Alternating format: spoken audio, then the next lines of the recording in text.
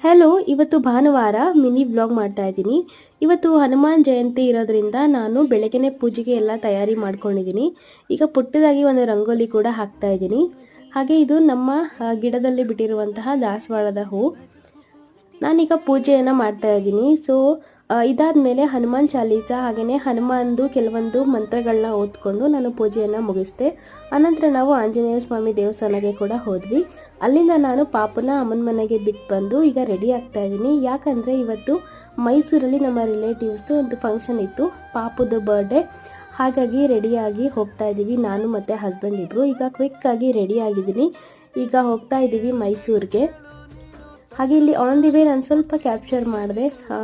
ತುಂಬ ದಿನ ಆದಮೇಲೆ ಹೊರಗಡೆ ಈ ಥರ ಹೋಗಿದ್ವಿ, ಒಂಥರ ಚೆನ್ನಾಗಿತ್ತು. ಬಂದ್ವಿ ಈಗ ಚಾಮುಂಡಿ ಬೆಟ್ಟಕ್ಕೆ. ಈಗ ಬರ್ಡೇ ಫಂಕ್ಷನ್ ಮುಗಿಸಿ ನಾವು ಮನೆಗೆ ಬಂದ್ವಿ.